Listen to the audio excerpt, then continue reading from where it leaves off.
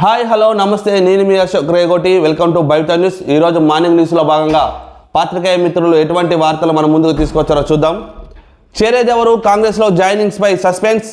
రేపు తుక్కుగూడలో భారీ బహిరంగ సభ. 4 ఎమ్మెల్యేలు చేరొచ్చంటూ పార్టీ నుంచి లీకులు. క్యూలో 10 మంది ఉన్నట్టు అంచనా. చివరి వరకు రహస్యంగా ఉండాలనే వ్యూహం. ఎంపీ కేకేతో పాటు పాత తరం హస్తం లీడర్లు సైతం రాహుల్ ఖార్గే సమక్షంలో లాంఛనంగా జాయిన్. సభ వేదికపై ప్రత్యక్షం కానున్న నేతలు. మాజీ ఎమ్మెల్యే కూన శ్రీశైలం గౌడ్తో మైనంపల్లి పట్నం భేటీ. ఇది తుక్కుగూడలో జరగబోయే మీటింగ్ కోసం రాష్ట్ర ప్రధానికం మొత్తం కూడా ఎదురు చూస్తుంది. అసలు ఆ మీటింగ్లో పెట్టబోయే మేనిఫెస్టో కంటే కూడా ఎంతమంది ఎమ్మెల్యేలు ఆ పార్టీలో జాయిన్ అవుతారు అనేది ఒక ఇంత ఆసక్తిగా ఎదురు చూస్తున్నారు జనాలందరూ కూడా. ఎందుకంటే గత కొంతకాలంగా తుక్కుగూడ గురించి ప్రతి ఒక్క వార్త పేపర్లో కూడా ప్రచురించడం జరుగుతుంది. తుక్కుగూడలో భారీ బహిరంగ సభ కాంగ్రెస్ పార్టీ పెడుతుంది. ఈ సభకు రాహుల్ గాంధీ, ఖార్గే, బడా నేతలందరూ కూడా ఈ యొక్క సభకు రాబోతున్నారు. ఈ మీటింగ్లో మేనిఫెస్టో రిలీజ్ చేస్తారు అని చెప్పేసి చాలామంది, ఎటువంటి మేనిఫెస్టో రిలీజ్ చేస్తుంది కాంగ్రెస్ పార్టీ అని చెప్పేసి ప్రతిపక్ష నేతలతో పాటు కూడా రాష్ట్రంలో ఉన్న ప్రతి ఒక్కరు కూడా ఎదురు చూస్తున్నారు. అంతేకాకుండా ఇంకొక ముఖ్యమైన విషయం ఏంటంటే తుక్కుగూడ ఒక భారీ బహిరంగ సభలో బీఆర్ఎస్ పార్టీ నుంచి భారీగా వలసలు వెళ్ళి బీఆర్ఎస్ పార్టీ నుంచి గెలిచిన ఎమ్మెల్యేలు కానీ, బీఆర్ఎస్ పార్టీ నాయకులు కానీ, బీఆర్ఎస్ పార్టీ యొక్క లీడర్లు కొంతమంది ఎవరైతే ఉన్నారో వాళ్ళందరూ కూడా వెళ్ళి కాంగ్రెస్ పార్టీలో జాయిన్ అవ్వడం జరుగుతుంది. ఈ క్రమంలో బీఆర్ఎస్ పార్టీ ఒక ఇంత ఆందోళనకరంగానే మారుతుంది. అసలు ఎవరు వెళ్తున్నారు, ఎక్కడికి వెళ్తున్నారు, ఎవరితో చర్చలు జరుపుతున్నారు అనేది కూడా గోప్యంగా ఉంటుంది. అసలు ఎవరితో టచ్లో ఉన్నారో కూడా తెలియట్లేదు బీఆర్ఎస్ పార్టీకి. ఎందుకంటే ఎవరితో చర్చలు జరుపుతున్నారో లేదా పార్టీ మారే ఆలోచనలు ఎవరైనా ఉన్నారా అని తెలిస్తే వాళ్ళని ఆపే క్రమంలో ప్రయత్నం చేయొచ్చు. కానీ అటువంటి అవకాశం కూడా లేకుండా పోయింది బీఆర్ఎస్ పార్టీకి రాష్ట్రంలో. ఏ ఎమ్మెల్యేతో టచ్లో ఉన్నారు, ఏ ఎమ్మెల్యే ఏ ఎంపీతో టచ్లో ఉన్నారని తెలియకుండా గోప్యంగా జరుగుతుంది. ఇదంతా ఒక రహస్యంగా జరుగుతుంది. చూడబోతూ ఉంటే దాదాపు ఒక 12 మంది వరకు ఎమ్మెల్యేలు కూడా రేపు జరగబోయే తుక్కుగూడ భారీ బహిరంగ సభలో కాంగ్రెస్ కండువా కప్పుకుంటారని చెప్పేసి గత కొంతకాలంగా వార్తలు రాబోతున్నాయి. అదే నిజమైతే కనుక రాష్ట్రంలో బీఆర్ఎస్ పార్టీకి చాలా కష్టకాలం ఎదురవుతుంది, చాలా కష్టంగా మారబోతుంది ముందు రోజుల్లో బీఆర్ఎస్ పార్టీ పరిస్థితి. ఎమ్మెల్యేని ఎలా ఆపాలి, పార్టీ మారకుండా ఎలా చూసుకోవాలని చెప్పేసి ఒక పక్క బీఆర్ఎస్ పార్టీ ఎదురు చూస్తూ ఉంటే, పార్టీ మారే నాయకులు మాత్రం తుక్కుగూడలో జరగబోయే సభ కోసం ఎదురు చూస్తున్నారు. రాహుల్ గాంధీ సభకు రాబోతున్నారు. రాహుల్ గాంధీ ఆధ్వర్యంలో కాంగ్రెస్ జెండా కప్పుకోవాలని చెప్పేసి చాలామంది నాయకులు ఎదురు చూస్తున్నారు.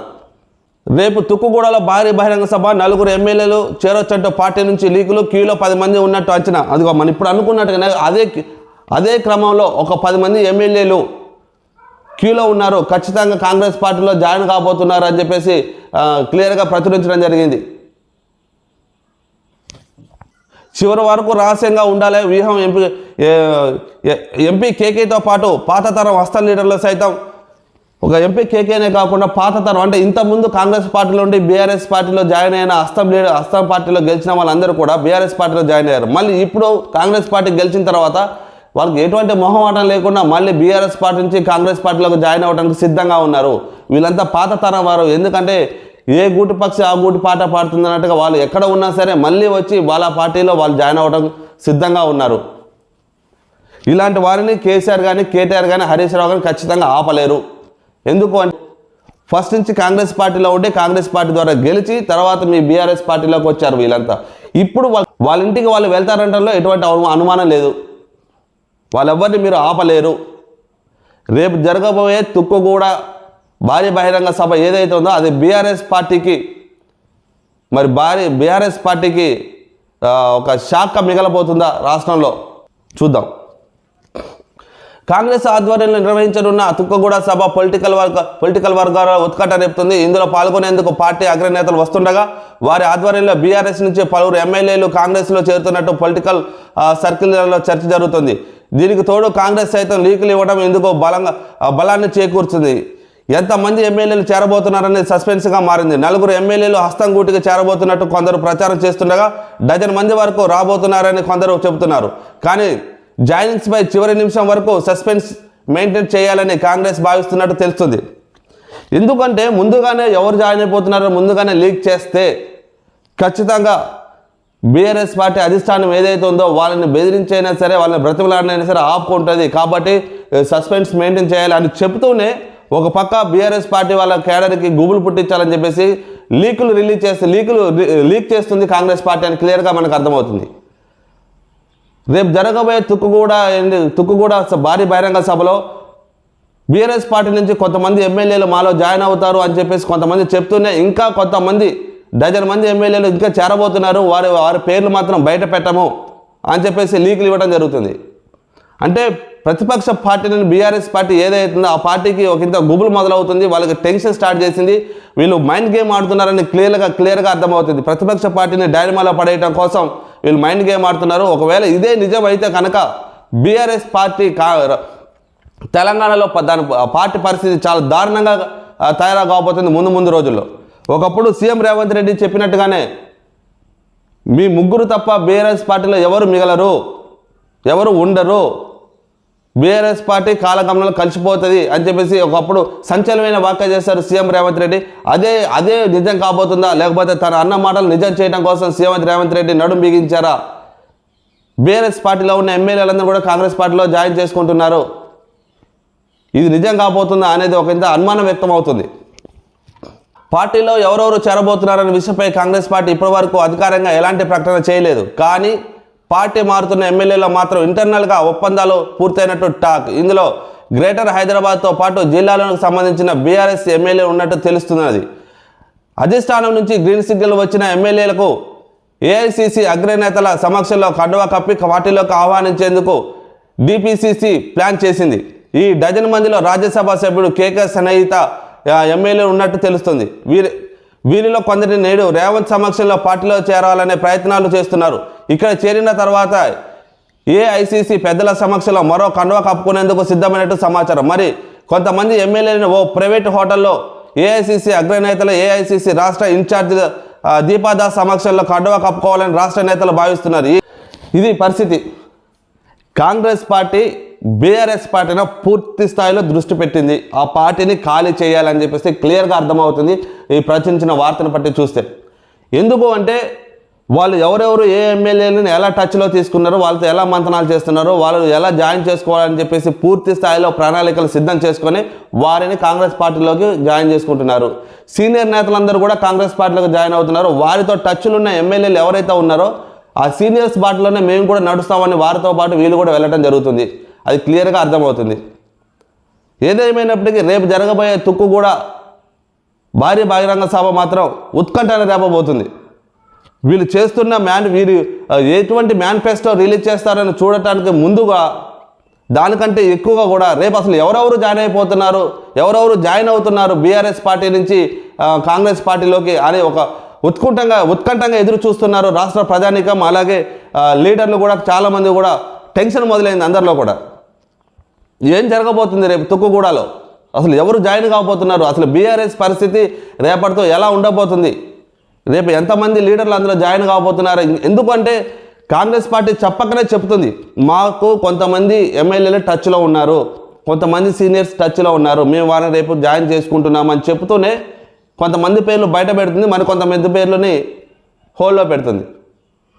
ఏదేమైనప్పటికీ రేపు తుక్కుగూడ భారీ బహిరంగ సభ అనేది ఒక హాట్ టాపిక్గా మారబోతుంది. తెలంగాణ భవన్లో వాస్తు మార్పులు, దోషం కారణంగానే అసెంబ్లీ ఎన్నికల్లో ఓటమి అనే చర్చలు. కేసీఆర్ గారు మీరు ఒక 10 సంవత్సరాలు రాష్ట్రానికి ముఖ్యమంత్రిగా పరిపాలించి ఒక రాష్ట్రాన్ని పాలించి ఒక రాష్ట్రం తీసుకురావడం కోసం మీరు ప్రయత్నం చేసి ఎన్నో రకాలుగా ఇబ్బందులు గురై మీరు ఫైనల్గా ఒక రాష్ట్రాన్ని సాధించారు. తెలంగాణ భవన్లో వాస్తు మార్పులు, దోషం కారణంగానే అసెంబ్లీ ఎన్నికల్లో ఓటమి అనే చర్చలు. తెలంగాణ భవన్లో వాస్తుకు అనుగుణంగానే మార్పులు జరుగుతున్నాయి. తెలంగాణ భవన్లో వాస్తుకు అనుగుణంగానే మార్పులు జరుగుతున్నాయి. వాయువ్య దిశలో ఉన్న గేటు నుంచి రాకపోకలు సాగించడంతోనే అసెంబ్లీ ఎన్నికల్లో పార్టీ ఓటమి పాలైందని అధిష్టానం భావిస్తుంది. ఇకపై ఈశాన్య వైపు ఉన్న గేటు నుంచి రాకపోకలు సాగించాలని నిర్ణయించింది. ఈ పనులు పూర్తయ్యాకే కేసీఆర్ తెలంగాణ భవన్లో అడుగు పెడుతున్నట్లు సమాచారం. కేసీఆర్ గారు మీరు ఒక రాష్ట్రాన్ని 10 సంవత్సరాలు పాలించిన మాజీ ముఖ్యమంత్రి. రాష్ట్ర ప్రజలకు దిశానిర్దేశాన్ని చెప్పిన ఒక లీడర్ మీరై ఉండి ఇటువంటి వాటిని నమ్ముతున్నారంటే అసలు ఎంత దారుణంగా ఉంది, కండిషన్ ఎంత హాస్యాస్పదంగా ఉంది. ఇలాంటి మూఢనమ్మకాలని మీరు నమ్ముతున్నారు. ఇంకా మీరు ఈ మూఢనమ్మకాలు వదిలిపెట్టలేదా?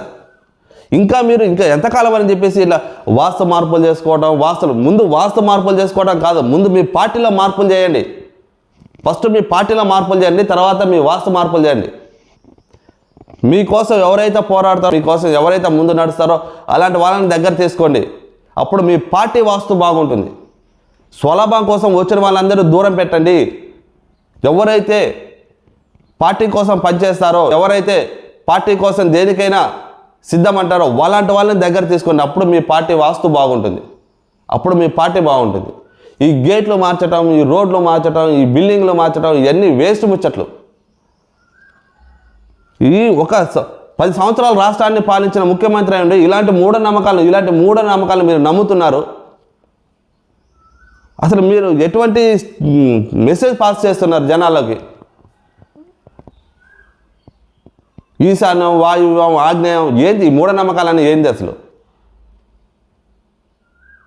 ముందు అటువంటి మూఢనమ్మకాలు అలాంటి వాటిని మీరు మీ బ్రెయిన్లోంచి తీసేయండి. ఫస్ట్ తీసేసి మీ పార్టీ కోసం ఎవరైతే పోరాడుతున్నారో, మీ పార్టీ కోసం ఎవరైతే కృషి చేస్తున్నారో, మీ పార్టీ కోసం ఎవరైతే ముందుండి నడుస్తున్నారో అలాంటి నాయకులని మీరు దగ్గర చేసుకొని అప్పుడు మీ పార్టీ బాగుంటుంది. ఒక పక్క మీ పార్టీ కార్యకర్తలు, ఒక పక్క మీ పార్టీ మీకోసం పనిచేసిన పార్టీ నాయకులు అందరూ కూడా టెన్షన్ మొదలైంది. అసలు పార్టీ పరిస్థితి ఏంటి, పార్టీ ఎట్టుపోతుంది, ఎమ్మెల్యేలు అందరూ ఏ రోజు ఏ ఎమ్మెల్యే ఏ పార్టీలోకి వెళ్ళబోతున్నాడు, మా పరిస్థితి ఏంటి అని చెప్పేసి వాళ్ళు ఒక ఇంత ఆందోళన గురవుతున్నారు. మీరు వాళ్ళని పట్టించుకోండి, వాళ్ళ గురించి ఆలోచించండి. మూఢనమ్మకాలు ఏందో, వాస్తులేందో, ఇవేందో మీరు ఇంకా అక్కడే ఉన్నారు. ఇక మారరా ఇక అసలే మీరు? కవితే సూత్రధారి లిక్కర్ స్కామ్లో ఆమెకు బెయిల్ ఇస్తే సాక్ష్యాలను తారుమారు చేస్తారు. వ్యతిరేకంగా సాక్ష్యం చెప్పొద్దంటూ అప్రూవర్ను బెదిరించారు. ఫోన్లలో డేటాను ఆమె డిలీట్ చేశారు. కోర్టు దృష్టికి తెచ్చిన ఈడీ. కవిత కొడుకు ఎగ్జామ్స్ ఉన్నందున మధ్యంతర బెయిల్ ఇవ్వాలన్న ఆమె తరపు అడ్వకేట్. ఆ అబ్బాయి ఒంటరి కాదని, ఇప్పటికే కొన్ని ఎగ్జామ్స్ ముగిశాయని ఈడీ. ఈ నెల 8న తీర్పు వెల్లడించనున్న కోర్టు. లిక్కర్ స్కామ్లో అసలు సూత్రధారే కవిత అని చెప్పేసి ఈడీ చెప్పడం జరుగుతుంది. గత కొంతకాలంగా కోర్టుకు కూడా ఇదే చెప్పడం జరుగుతుంది. లిక్కర్ స్కామ్లో కవిత మెయిన్ సూత్రధారి. ఆమె దగ్గర అన్ని రకాల సాక్ష్యాలు ఉన్నాయి, కానీ మాకు ఏది కూడా సహకరించట్లేదు. మేము అడిగిన ప్రశ్నలు మాకు సమాధానం ఇవ్వట్లేదు. ఆమె మా ప్రశ్నలన్నీ దాటవేస్తుంది అని చెప్పేసి ఈడీ ఒక పక్క కోర్టుకి చెప్తూనే ఉంది. కానీ ఆమె దగ్గర ఉన్న ఫోన్లు అన్నింటిని కూడా మొత్తం ఉన్న ఆధారాలను కూడా డిలీట్ చేసింది, ఫార్వర్డ్ చేసేసింది మొత్తాన్ని కూడా అని చెప్పేసి ఈడీ చెప్తూనే ఉంది. లిక్కర్ స్కామ్లో ఆమెకు బెయిల్ ఇస్తే సాక్ష్యాలన్నీ కూడా తారుమారు చేస్తుంది. దయచేసి ఆమెకు బెయిల్ ఇవ్వద్దు. ఆల్రెడీ కొంతమందిని ఆమె బెదిరించడం జరిగింది. ఈ తరుణంలో ఆమెకి బెయిల్ ఇస్తే ఖచ్చితంగా సాక్ష్యాలన్నీ తారుమారైపోతాయి. ఈ లిక్కర్ స్కామ్లో మెయిన్ సూత్రధారి కవితే కాబట్టి కవితకి ఎట్టి పరిస్థితులు కూడా మీరు బెయిల్ ఇవ్వద్దు అంటూ ఈడీ కోర్టును కోరడం జరిగింది. అదే తరుణంలో కవిత న్యాయవాది ఎవరైతే ఉన్నారో ఆయన కవిత కొడుక్కి ఎగ్జామ్స్ ఉన్నాయి కాబట్టి కవితకి బెయిల్ ఇప్పించండి, ఇప్పుడు ఉన్న పరిస్థితుల్లో కవిత కొడుక్కి కవిత చాలా అవసరం, సో ఆయనకి ఎగ్జామ్స్ ఉన్నాయి కాబట్టి కవితని రిలీజ్ చేయండి, కవితకి బెయిల్ ఇవ్వండి అని చెప్పేసి అడ్వకేట్ చెప్పడం జరిగింది. ఆ క్రమంలోనే కవితకి కనుక బెయిల్ ఇస్తే ఖచ్చితంగా సాక్ష్యాలు తారుమారు చేస్తుంది. ఆల్రెడీ అప్రూవర్గా మారిన వ్యక్తిని కూడా బెదిరించడం కూడా జరిగింది.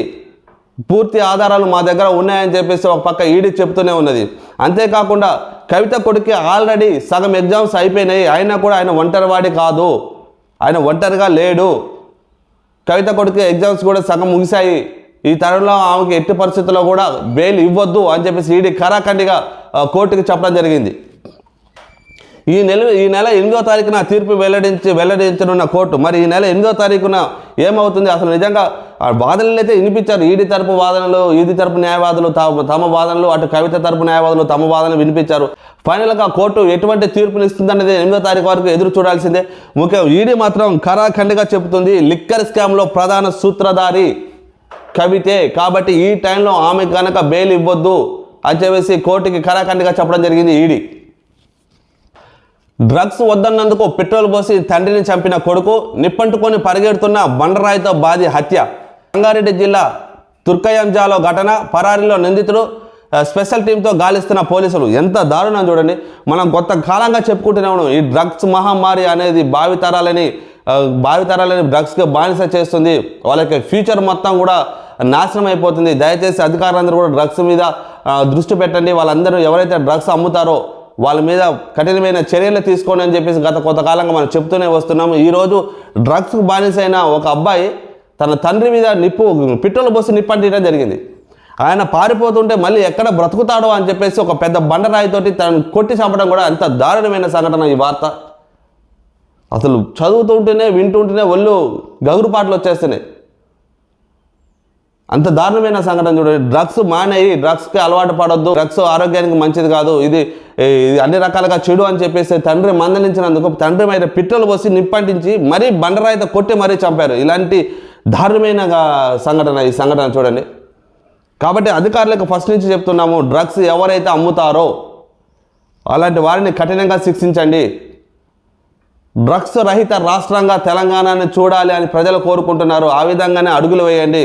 రాష్ట్రం పాలించే నాయకులైనా సరే, అధికారులైనా సరే, ఎవరైనా సరే డ్రగ్స్ పైన ఒక స్పెషల్ టీంని ఏర్పాటు చేయాలి. ఆ టీం ఎలా ఉండాలి అంటే అవసరమైతే వారు ఎవరి మాట అయినదో డైరెక్ట్గా వాళ్ళని శిక్షించే విధంగా వాళ్ళకి అధికారం ఇవ్వాలి రాష్ట్ర ప్రభుత్వం.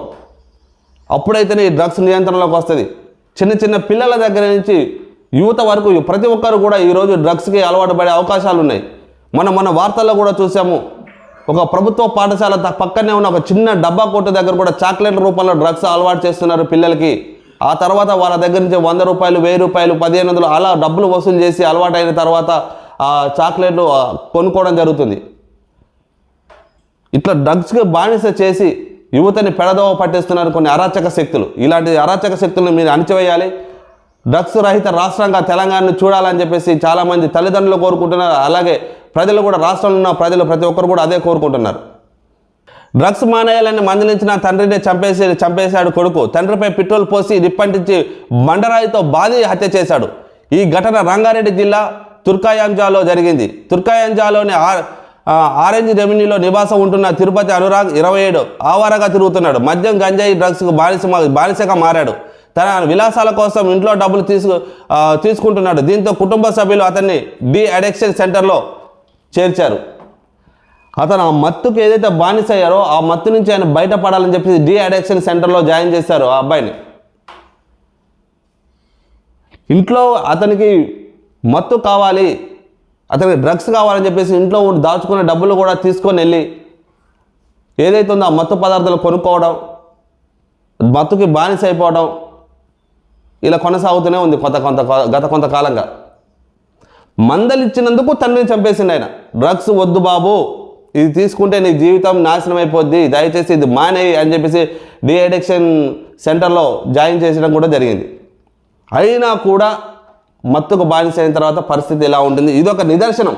కనులో కట్టినట్టుగా ఇదొక నిదర్శనం. కాబట్టి తల్లిదండ్రులు అందరూ కూడా మీ పిల్లలపైన ఒక కన్నేసి ఉంచాలి. పిల్లలు ఎక్కడికి వెళ్తున్నారు, ఎటు వెళ్తున్నారు, వాళ్ళు ఎవరితో తిరుగుతున్నారు, వాళ్ళ పరిస్థితి అంటే వాళ్ళు రాత్రుల పూట ఎటు బయటకు వెళ్తున్నారా, ఎంతసేపు ఉంటున్నారు అనేది ఒకసారి తల్లిదండ్రులు కూడా పిల్లల మీద నిఘా వేయాలి. ఇప్పుడున్న పరిస్థితుల్లో తల్లిదండ్రులు ఎవరి కష్టం వారిది. బ్రతుకు తెరువు కోసం, బ్రతుకు పోరాటం కోసం ఉదయం నుంచి రాత్రి వరకు పని చేస్తూనే ఉన్నారు. కానీ అదే క్రమంలో పిల్లలు ఎటు వెళ్తున్నారు, వాళ్ళ పరిస్థితి ఏంటి, వాళ్ళు ఇప్పుడున్న పరిస్థితులలో పిల్లల్ని కాపాడుకోవడం తల్లిదండ్రుల యొక్క బాధ్యత. ఖచ్చితంగా డ్రగ్స్కి ఎడిట్ కాకుండా చూసుకోవాలి. పిల్లల యొక్క వాళ్ళు ఎక్కడికి వెళ్తున్నారు, ఏం చేస్తున్నారు, వాళ్ళు ఎటువంటి స్నేహితులతో తిరుగుతున్నారు, వాళ్ళ బిహేవియర్లో ఏదైనా మార్పు వచ్చిందా అనేది ఖచ్చితంగా గమనించాలి తల్లిదండ్రులు కూడా. దేశ భద్రతకే ముప్పు తెచ్చారు బట్టి విక్రమార్క. దేశ ప్రజలకే ముప్పు తెచ్చారని చెప్పేసి బట్టి విక్రమార్క అంటున్నారు. బీఆర్ఎస్ నేతలను ఏ ఒక్కరు క్షమించబోరని హెచ్చరిక. చట్ట ప్రకారమే చర్యలు, వాళ్ళ ప్రొసీజర్ జోక్యం చేసుకోం. శ్రీధర్ బాబు చట్ట ప్రకారమే చర్యలు తీసుకుంటారు, వాళ్ళలో మేము ఎటువంటి జోక్యం చేసుకోము. అధికారులతోటి వాళ్ళు ఏ విధంగా చట్ట ప్రకారం చర్యలు తీసుకుంటారో తీసుకొని మేము మాత్రం ఆ విషయాల్లో మేము జోక్యం చేసుకోము. ఖచ్చితంగా వాళ్ళకి శిక్ష పడే తీరాలి అని చెప్పేసి చెప్పడం జరుగుతుంది. శ్రీధర్ బాబు ఎన్నికల్లో ప్రజలే బీఆర్ఎస్ తాట తీస్తారని వార్నింగ్ ఇచ్చారు. ఎన్నికలలో ఇప్పుడు రాబోయే లోక్సభ ఎన్నికలు ఏదైతుందో ఈ ఎన్నికల్లో వచ్చే ఫలితాలు ఏదైతే ఉన్నాయో ఆ ఫలితాల ప్రకారం మనందరికీ అర్థమైపోతుంది ఎవరి తాట ఎవరు తీస్తారు, ఎవరి తాట ఎవరు తీయరు, ప్రజలు మాత్రమే తీస్తారు. ఈ ఎన్నికల్లో ప్రజలే బీఆర్ఎస్ పార్టీ యొక్క తాట తీస్తారు అని చెప్పేసి శ్రీధర్ బాబు సంచలనమైన వ్యాఖ్యలు చేయడం జరిగింది. ఉమ్మడి ఏపీలో కన్నా ఉద్యమకారులను దారుణంగా అణచివేసినారు పొన్నం ప్రభాకర్. ఉమ్మడి ఏపీ అంటే రాష్ట్రం మొత్తం కలిసి ఉన్నప్పుడు కూడా ఉద్యమం జరిగింది. ఆ టైంలో కంటే కూడా రాష్ట్రం విడిపోయి ప్రత్యేక తెలంగాణ వచ్చిన తర్వాతే వీళ్ళందరినీ అణచివేశారు అని చెప్పేసి క్లియర్గా చెప్పడం జరుగుతుంది పొన్నం ప్రభాకర్. ఉద్యమకారులని ఎంత దారుణంగా చూశారు గత ప్రభుత్వం అంటే వాళ్ళకి ఎటువంటి అవకాశాలు ఇవ్వలేదు. ఉమ్మడి ఆంధ్రప్రదేశ్గా ఉన్నప్పుడు ఉద్యమం చేసిన వాళ్ళందరినీ కూడా జైల్లో పెట్టారు, ఇంత వాళ్ళని శిక్షించారు. కానీ అంతకంటే దారుణమైన ప్రదేశానికి వచ్చింది తెలంగాణ రాష్ట్రం వచ్చిన తర్వాత. ఉద్యమకారులను ఎవరిని పట్టించుకోలేదు అని చెప్పేసి సంచలనమైన వ్యాఖ్యలు చేశారు పొన్నం ప్రభాకర్. ఫోన్ ట్యాపరింగ్ చేసింది కాక సమర్థించుకుంటున్నారని ఫైర్. ఇంకా మీరు ఫోన్ ట్యాపరింగ్ చేయటమే కాకుండా ఇంకా దాన్ని మీరు సమర్థించుకుంటున్నారు. మీరు ఏ తప్పు చేయలేదు, మీరు చేసింది కరెక్టే అనే విధంగా మీరు మాట్లాడుతున్నారు. గతంలో కూడా కేటీఆర్ వ్యాఖ్యలు చేశారు. కొంతమంది లంగలియో దొంగలియో చేస్తుండొచ్చేమో, కానీ అంటే ఇండైరెక్ట్గా డైరెక్ట్లీ ఆయన ఒప్పుకున్నట్టే కదా. ఎవరో ఒకరైతే ఫోన్ ట్యాపరింగ్ అయితే చేసినాం, దాంట్లో తప్పే ఉంది అన్నట్టుగానే మాట్లాడారు. ఫోన్ ట్యాపరింగ్ చేసింది కాక సమర్థించుకుంటున్నారు అని చెప్పేసి ఫైర్ అయ్యారు కాంగ్రెస్ పార్టీ లీడర్స్. ఫోన్ ట్యాపరింగ్తో దుర్మార్గంగా ప్రజల జీవితాల్లోకి గత బీఆర్ఎస్ సర్కార్ చొరబడింది. ఆ పార్టీ నేతలను ఏ ఒక్కరూ క్షమించారని డిప్యూటీ సీఎం బట్టి విక్రమార్క, మంత్రులు శ్రీధర్ బాబు, పొన్నం ప్రభాకర్ అన్నారు. కేసులో ఎవరున్నా వదిలిపెట్టే ప్రసక్తే లేదని హెచ్చరించారు. దేశ భద్రత కోసం తెచ్చిన చట్టాన్ని రాజకీయ అవసరాల కోసం పరంగా పెట్టారని, దీంతో దేశ భద్రతగా ప్రమాదాన్ని తీసుకొచ్చారని ఫైర్ అయ్యారు. శనివారం తుక్కుగూడలో జరిగే కాంగ్రెస్ సభ ఏర్పాటును గురువారం మధ్యాహ్నం డిప్యూటీ సీఎం బట్టి విక్రమార్క, సాయంత్రం మంత్రులు శ్రీధరబాబు, పొన్నం ప్రభాకర్ పరిశీలించారు. అనంతరం మీడియాతో వాళ్ళు మాట్లాడారు. ఒకరిద్దరు లంగాల ఫోన్లు ట్యాప్ చేస్తుండొచ్చు, నాకేం ఎరుక అంటూ ఇటీవల కేటీఆర్ చేసిన కామెంట్లు తీవ్రంగా తప్పుపట్టారు. కేసీఆర్ వల్లే ఫోన్ ట్యాంపరింగ్, కఠిన చర్యలు తీసుకోవాలి. కేసీఆర్ వల్ల ఈ ఫోన్ ట్యాంపరింగ్ జరిగింది, ఖచ్చితంగా కఠిన చర్యలు తీసుకోవాలి అని చెప్పేసి కేంద్ర మంత్రి కిషన్ రెడ్డి సంచలన వ్యాఖ్యలు అయితే చేశారు. ఎందుకంటే కేసీఆర్ తెలియకుండా ఈ ఫోన్ ట్యాంపరింగ్ అనేది జరగదు. ఖచ్చితంగా కేసీఆర్కి ఇందులో ప్రమేయం ఉంది కాబట్టి కేసీఆర్ని కూడా ప్రశ్నించాలి, కేసీఆర్ కూడా శిక్ష విధించాలి అని చెప్పేసి కిషన్ రెడ్డి చెప్పడం జరిగింది. ఫోన్ ట్యాంపరింగ్ కేసు అంత ఆషామాషి కాదని మాజీ సీఎం కేసీఆర్పై కఠిన చర్యలు తీసుకోవాలని కేంద్ర మంత్రి కిషన్ రెడ్డి అన్నారు. గురువారం పార్టీ కార్యాలయంలో ఏర్పాటు చేసిన మీడియా సమావేశంలో మాట్లాడారు. బీఆర్ఎస్ నైతిక విలువలు లేకుండా పార్టీ ఫిరాయింపుల చట్టాన్ని ఉల్లంఘించిందని, ఆ పార్టీలో గెలిచాక అధికార పార్టీలో సిగ్గు లేకుండా మంత్రుల పదవులు అనుభవిస్తున్నారని, ఇప్పుడు కాంగ్రెస్ పార్టీ కూడా ఫిరాయింపులను ఎజెండాగా పెట్టుకుందని ఎద్దేవా చేశారు. ముఖ్యమంత్రికి వేరే ఎజెండా లేదని, పారిన ఫిరాయింపుల ఎజెండాగా ఉందన్నారు. మాజీ ముఖ్యమంత్రి కేసీఆర్ పార్టీ వీడిన వాళ్ళను కుక్కలు నక్కలుగా పోల్చారని, మరి కుక్కలు నక్కలు ఎంపీలుగా ఎమ్మెల్యేలుగా ఎట్లా చేస్తారంటూ ప్రశ్నించారు. పార్టీ మారుతున్న ఎమ్మెల్యేలు పార్టీ రాజీనామాలతో పాటు ఎమ్మెల్యే పదవికి కూడా రాజీనామా చేయాలన్నారు. ఎమ్మెల్యే పదవికి రాజీనామా చేయకుండా పార్టీ మారడం సమంజసం కాదని హితవు పలికారు. కిషన్ రెడ్డి గారు ఒక సంచలనమైన వ్యాఖ్యలు అయితే చేశారు. ఎవరైతే పార్టీ మారుతున్నారో వాళ్ళు కుక్కలకు నక్కలుగా వాళ్ళని పోల్చారు, కుక్కలతోటి నక్కలతోటి పోల్చారు. ఈ కుక్కలు నక్కలు ఎలా పాలిస్తాయి, ఎలా పరిపాలిస్తాయి, ఎలా ఎమ్మెల్యేగా వీళ్ళు నియోజకవర్గంలో ఎలా ప్రజలను చూసుకుంటారు, ఇలాంటి కుక్కల నక్కలని మీరు ప్రోత్సహిస్తారు అని చెప్పేసి కిషన్ రెడ్డి సంచలనమైన వ్యాఖ్యలు చేశారు. అంతేకాకుండా మీరు పార్టీ మారేటప్పుడు ఆ పార్టీకి రాజీనామా చేయటం కాదు, మీరైతే గెలిచిన పదవికి కూడా రాజీనామా చేయాలి.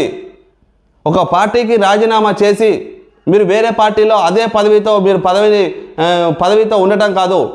మీరు నిజంగా మానవత్వం ఉంటే ఖచ్చితంగా మీరు ఆ పార్టీకే కాదు, ఆ పార్టీలో ఎమ్మెల్యేగా గెలిచారు కదా, ఎమ్మెల్యే పదవికి కూడా రాజీనామా చేయండి అని చెప్పేసి కరాఖండిగా చెప్పడం జరిగింది. అంతేకాకుండా ఫోన్ ట్యాంపరింగ్ కేసులో కేసీఆర్కి ఖచ్చితంగా శిక్ష వేయాలి. ఫోన్ ట్యాంపరింగ్ కేసులో కేసీఆర్ హస్తం కూడా ఉంది. కేసీఆర్ తెలియకుండా ఈ ఫోన్ ట్యాంపరింగ్ జరగలేదు అని చెప్పేసి కరాఖండిగా కిషన్ రెడ్డి చెప్పడం జరుగుతుంది. అంతేకాకుండా ఒకప్పుడు బీఆర్ఎస్ పార్టీ ఏం చేసిందో ఇప్పుడు కాంగ్రెస్ పార్టీ కూడా అదే చేస్తుంది. ఒకప్పుడు బీఆర్ఎస్ పార్టీ గెలిచిన తర్వాత ప్రతి పార్టీలో గెలిచిన ఎమ్మెల్యేలని, ఎంపీలని, అంతేకాకుండా లాస్ట్కి గ్రామ స్థాయిలో ఉన్న సర్పంచ్లను కూడా వాళ్ళ పార్టీలో జాయిన్ చేసుకోవడం జరిగింది. ఇప్పుడు కాంగ్రెస్ పార్టీ కూడా అదే చేయబోతుంది. సీఎం రేవంత్ రెడ్డి కూడా దానిపైన దృష్టి పెట్టారు. అవతల పార్టీలో గెలిచిన ఎమ్మెల్యేలని వాళ్ళ పార్టీలోకి జాయిన్ చేసుకుంటున్నారు. ఒకప్పుడు బీఆర్ఎస్ పార్టీ ఏది చేస్తుందో ఇప్పుడు కాంగ్రెస్ పార్టీ అదే చేస్తుంది. అంతేకాకుండా పార్టీ మారిన వాళ్ళని కుక్కలతోటి నక్కలతోటి పోల్చారు. ఇలాంటి కుక్కలకి నక్కలకి మీరు ఎమ్మెల్యేలని ఎంపీలని ఎలా చేస్తారు, వాళ్ళకి పదవులు ఎలా ఇస్తారు? ఇలాంటి అవకాశవాదులకి ప్రజల్లోకి వెళ్తే వాళ్ళు ప్రజలను ఎలా పాలిస్తారు, ప్రజల సమస్యలు ఎలా తెలుసుకుంటారు అని చెప్పేసి ఘాటైన వ్యాఖ్యలు చేశారు కేంద్ర మంత్రి కిషన్ రెడ్డి.